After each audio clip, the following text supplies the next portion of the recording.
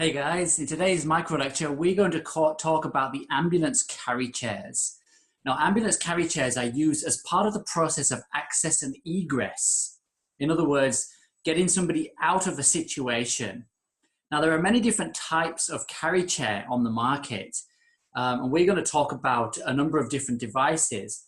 Now, when you start your shift in the morning, one of the first things you will do is to do a vehicle inspection.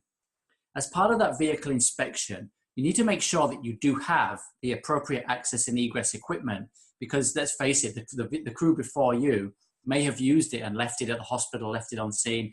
So making sure you actually have it in the first instance, really important.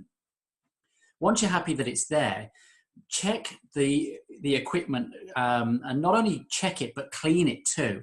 So when you're checking it, this striker chair, just as one example, check to make sure the wheels are not damaged, make sure that all four wheels are okay they're all usable. Make sure that the braking system works. Make sure that the handles are not damaged. Make sure the straps are not frayed.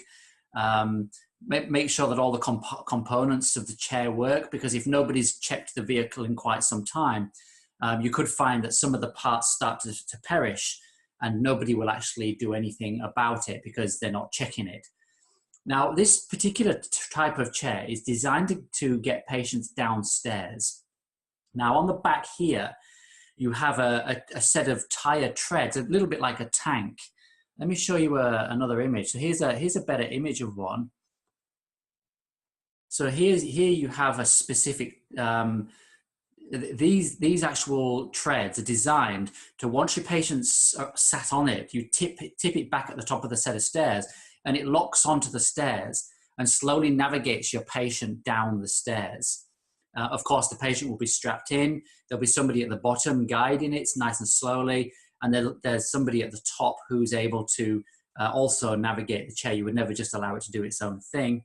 Now, a couple of other features include, let's see if I can find an image, this one here. So on this one in particular, it's got a handle rail at the top. You pull a catch at the back and the entire rail at the back lifts up. Again, it allows you to pivot the patient backwards. So in other words, it allows you to lever the chair at the top of the stairs so that you can actually use it to get the patient down. Now, with all of these chairs, you're going to need to make sure that you are reassuring your patient consistently, okay? Now, other types of chairs, they all generally do the same thing. You have a patient, you will sit them on it. You've got straps to keep them on it. You've got handlebars, wheels that